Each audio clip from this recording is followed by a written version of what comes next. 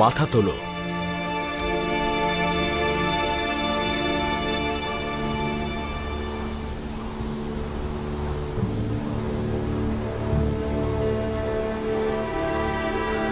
বলো কি চাও? যদিও আমরা আমাদের ভাইয়ের ভুলের কারণে খুবই লজ্জিত, কিন্তু আজিজে মিশরের মহানুভবতার কথা ভেবে আমাদের নিঃস্ব হাতগুলো তার সামনে তুলে ধরতে বাধ্য হয়েছে। ক্যানানে এখনো দুর্ভিক্ষের মাতাম চলছে। আমাদের কাছে কোনো দেবন নেই, কম কিনবার জন্য কোনো ধরনের মালামালও নেই, আর্থিক পুঁজি খুবই কম। শুধুমাত্র কিছু চামড়া ও পশুর লোম দিয়ে তৈরি সুতো এনেছি। জানি এগুলো খুবই মূল্যহীন। দয়া করে আজিজে মিশর আমাদের এই অল্প পরিমাণ মালের বিনিময়ে এবছর বনি ইসরায়েলের গোত্রকে আপনি নাজাত দেবেন জনাব। খুব ভালো কথা। আদেশ করছি যেন এই দফায় তোমাদেরকে গম দিয়ে দেয়া হয়, কিন্তু এর পরের দফায় তোমাদেরকে কিন্তু পুরো মূল্যই পরিশোধ করতে হবে। শুক্রিয়া। খোদা তাআলা আজিজে মিশরের ছায়া আমাদের উপর সবসময় জারি রাখুক।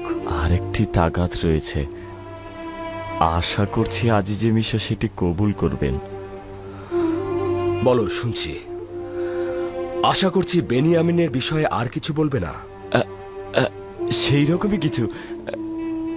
অক্ষমদের পক্ষ থেকে অনুরোধ করছি তাকে যেন আমাদের সাথে যেতে দেওয়া হয়।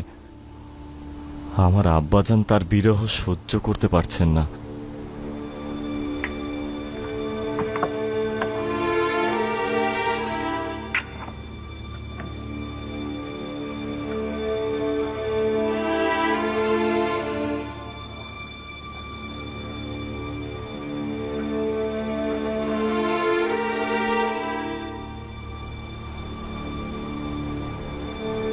বলেছিলাম না তার অবস্থা ভালো আছে?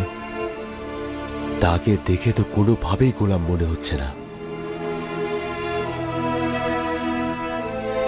আব্বাজানের পত্র কোথায়?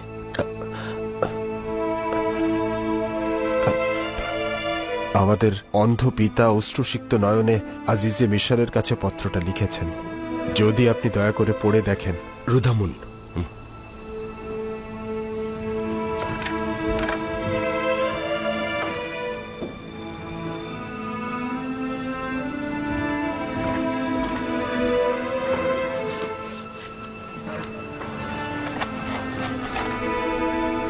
আল্লাহর বান্দা ইয়াকুব, আজিজে মিশর ইউজারশিপ বরাবর লিখছি, মহান খোদা তাআলা রেসালাত ও নবুয়াত প্রাপ্ত অভিজাত পরিবার বর্গের উপরে দুঃখ বেদনা ও বালা মুসিবত নাজিল করে তাদেরকে তিনি পরীক্ষা করেন। আমার দাদাজান হযরত ইব্রাহিমকে নমরুদের আগুনে তিনি পরীক্ষা করেছেন। এছাড়াও আমার চাচাজান হযরত ইসমাইল জাবিউল্লাহকে কোরবানির পরীক্ষা দিতে হয়েছে, এবং আমাকেও আমার এমন এক পুত্রের বিচ্ছেদে আক্রান্ত করেছেন যে কিনা আমার চোখের মণি ও কল্পের শক্তি ছিল। একদা তার ভাইরা তাকে মরুভূমিতে নিয়ে গেল, কিন্তু শুধু রক্ত মাখা জামা নিয়ে ফিরে এলো।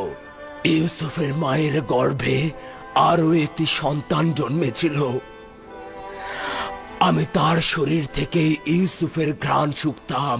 ইউসুফের বিচ্ছেদে যে আমার কলবের ঔষধ ছিল, তার ভাইরা তাকে আপনার কাছে নিয়ে গেছে, কিন্তু ফিরিয়ে আনেনি।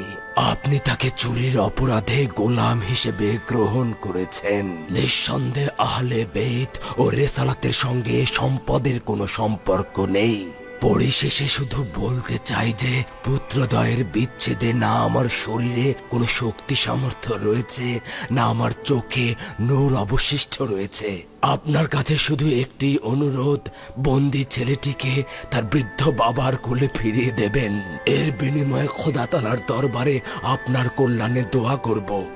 আর যদি এটি ভিন্ন অন্য কিছু করেন এবং এই দুঃখ কষ্ট বহনকারীর প্রতি অনুগ্রহ না করেন, তবে আমার কলিজা ছেঁড়া আত্মচিৎকারে আপনার সপ্ত স্তরের চামড়াও জ্বলে পুড়ে ছারখার হয়ে যাবে, এবং এই অগ্নিস্ফুলিঙ্গ প্রতিরোধে আপনার কোনো শক্তি কাজে আসবে না। খোদার বান্দা ইয়াকুব।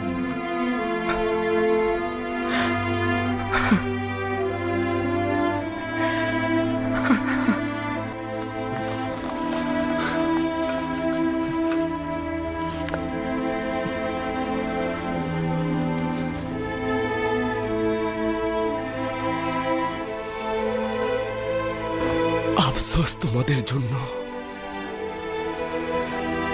তোমরা ইউসুফের সঙ্গে কি করেছিলে?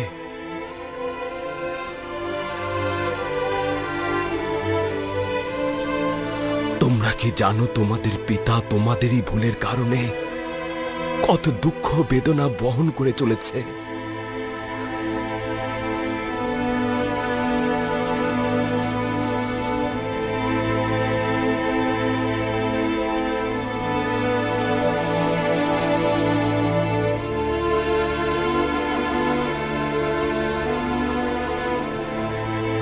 আমার মনে হয় আজিজে মিশরের চেহেনে আমাদের সম্পর্কে খারাপ ধারণা পোষণ করছেন। আমরা আমাদের ভাই এবং আব্বাজানের সাথে কোনরূপ অন্যায় করিনি।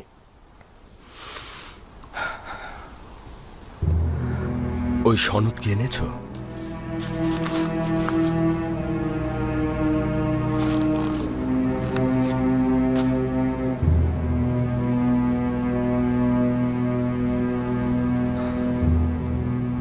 তাহলে তোমরা কোনো পাপ কাজে লিপ্ত হওনি, ঠিক তো?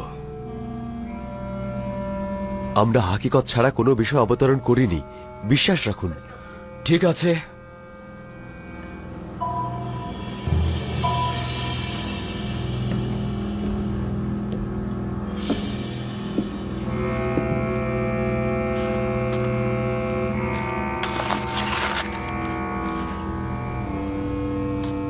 আমরা কেনানের 10 ভাই নিজেদের গোলাম ইউসুফকে মালিক ইবনে জারের কাছে 10 দেরহামে বিক্রয় করলাম। শর্তসমূহ হচ্ছে তাকে মিশরে নিয়ে যেতে হবে অথবা দূরের কোনো দেশে নিয়ে যেতে হবে যাতে সে কোনোভাবেই কেনানে ফিরে না আসতে পারে। লাবি ও শামুন এই সনদে স্বাক্ষর করেছে। বেহাত এটা শামুনের লেখা। তো তোমাদের মধ্যে শামুন কে?